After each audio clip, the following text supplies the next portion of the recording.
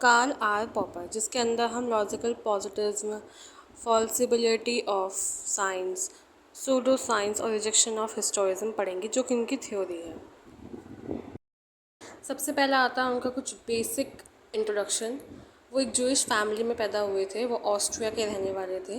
Popper जो है उन्होंने अपनी एक नई एक्सप्लेनेशन दी और चैलेंज करा लॉजिकल पॉजिटिविस्ट को, जो कहते हैं कि साइंटिफिक नॉलेज का नेचर कैसा है। जो लॉजिकल पॉजिटिविस्ट थे उनका मानना था, उनका बिलीफ था कि जो भी सारी साइंटिफिक नॉलेज है वो डिपेंड होती है इमीडिएट एक्सपीरियंस पे, मतलब कि जो आपका एक्सपीरियंस है उस पर बेस्ड साइंटिफिक नॉलेज आप पाते हैं।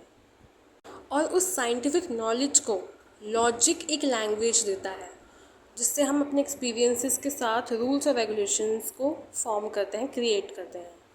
अब ये जो क्राइटेरिया है साइंटिफिक स्टेटमेंट का, वो वेरीफाइड हो सकता है। जो सारी साइंटिफिक स्टेटमेंट्स होती हैं जो साइंस से रिलेटेड होती है वो वेरीफाई हो सकती हैं। ये जो क्राइटेरिया है ये साइंस को मेटाफिज़िक्स से सेपरेट करता है। मेटाफिज़िक्स होता है कुछ भी मतलब कि एब्स्ट्रैक्ट, जो साइंस से परे हो। और जो मेटाफिज़िकल स्टेटमेंट्स होती हैं वो एक्सपीरियंस पे बेस्ड नहीं होती, इसी वजह से उन्हें वेरीफाई भी नहीं करा जा सकता। जब उन्हें वेरीफाई नहीं किया जा सकता इसका मतलब दे आर मीनिंगलेस, उनका कोई मतलब ही नहीं निकलता, कोई लॉजिक ही नहीं है। लॉजिक से साइंटिफिक स्टेटमेंट निकली और मेटाफिज़िकल स्टेटमेंट्स को उन्होंने कोई एक्सपीरियंस बेस नहीं कहा। एक्सपीरियंस बेस नहीं है तो हम उसे वेरीफाई भी नहीं कर सकते, इसका मतलब कि क्या है, वो मीनिंगलेस है। ये सारी स्टेटमेंट जो है वो लॉजिकल पॉजिटिविस्ट कहते हैं। इसके बिल्कुल विपरीत या कॉन्ट्रडिक्ट में हम कहते हैं, जो पॉपर थे उन्होंने बोला कि साइंटिफिक स्टेटमेंट की वेरीफिबिलिटी यहीं से वेरीफाई कर सकते हैं, इस पे बेस नहीं होती बल्कि उसकी फॉल्सिबिलिटी पे बेस्ड होती है। मतलब कि अगर दूसरे शब्दों में कहें, साइंस जो है वो सच को निकाल नहीं सकता, लेकिन वो सिर्फ और सिर्फ झूठ को निकाल सकता है, सच को नहीं। पर झूठ को रिजेक्ट करके हम सच की तरफ एक कदम और आगे मूव करते हैं, ऐसा उनका मानना था। अगर हम सिंपल शब्दों में कहें तो ट्राई और एरर मेथड जो होता है, ट्राई एंड एरर मेथड, उसके भरोसे या उसके हेल्प से साइंस जो है वो हमें सच के लिए और आगे फॉरवर्ड हमें मूव करवाती है, और झूठ को रिजेक्ट करके हम सच की तरफ बढ़ते हैं। तो यहाँ पे उनका मानना है कि उसकी फॉल्सिबिलिटी ज़्यादा बेहतर है अगर हम कहें साइंटिफिक स्टेटमेंट की, ना कि उसकी वेरीफिबिलिटी। इसी वजह से वो कहते हैं कि मेटाफिज़िकल स्टेटमेंट जो है वो मीनिंगलेस नहीं है, क्योंकि वो एक हमें बेस प्रोवाइड कर रही है फॉल्सिफिकेशन के लिए, तो जो साइंस भी करती है। तो जाहिर सी बात है कि मेटाफिज़िकल स्टेटमेंट्स मीनिंगलेस नहीं हो सकती, ऐसा पॉपर का कहना था।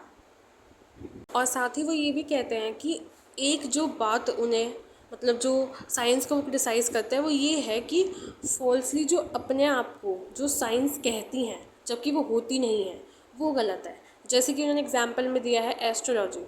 वो कहते हैं कि वो अपने आप को साइंस कहती है जबकि वो सिर्फ एक एस्टिमेशन प्रोवाइड करती है। ऐसे साइंस को वो सूडो साइंस कहते हैं। सूडो साइंस का मतलब है जो अपने आप को साइंस क्लेम करती है और कहती है कि हम बिल्कुल भी फॉल्स नहीं हो सकते, ऐसे साइंसेस को वो सूडो साइंस कहते हैं।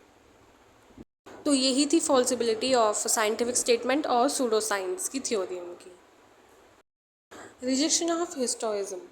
पॉपर जो है उन्होंने हिस्टोरिज्म पे अटैक करते हुए बोला है कि जो हिस्टोरिज्म है उसका मानना ये है कि जो हिस्टोरिकल चेंजेस होते हैं वो किसी बाउंडेड रूल्स की अकॉर्डिंग होते हैं। इसका मतलब जाहिर सी बात है वो ये कहना चाह रहे हैं कि हिस्टोरिकल चेंज सही होते हैं, उनके पीछे का एक रीज़न जो होता है वो वेरीफाइड या जस्टिफाई है। जैसे कि इसी वजह से हम कह सकते हैं कि टोटलिटेरियन मूवमेंट को वो जस्टिफाई करते हैं, क्योंकि वो हिस्टोरिस्ट प्रिंसिपल्स को जस्टिफाई कर रहे हैं। तो वो कहते हैं कि मतलब जो डिक्टेटरशिप है और टोटलिटेरियन मूवमेंट जो है वो जस्टिफाई है।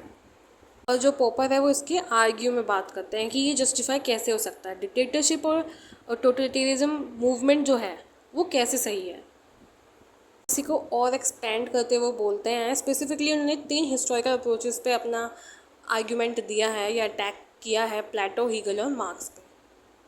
अगर मैं इन तीनों के एग्जांपल दूँ तो प्लेटो में उन्होंने एक बात कही है कि वो सोसाइटी ओपन नहीं है। ओपन का मतलब जहाँ पे ग्रेजुअल चेंजेस होते हैं।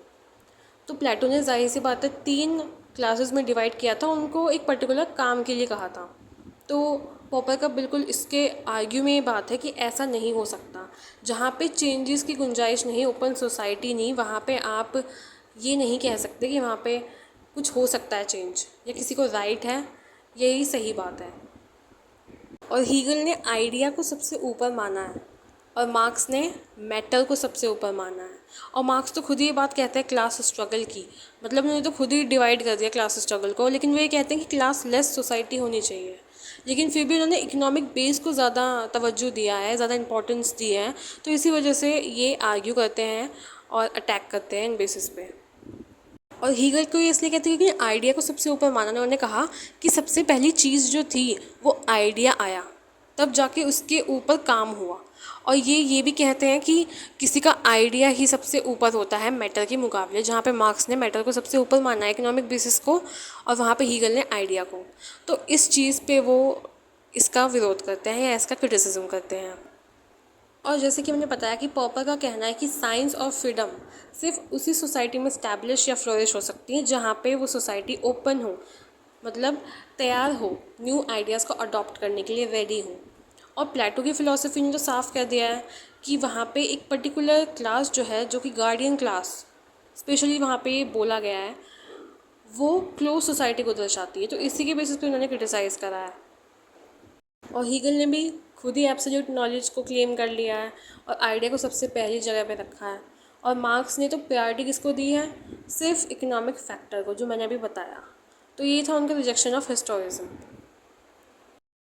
तो इस वीडियो में हमने पढ़ा कार्ल आर पॉपर की थ्योरी, जो कि है logical positivism, falsification of science, pseudo science और रिजेक्शन ऑफ हिस्टोरिज्म।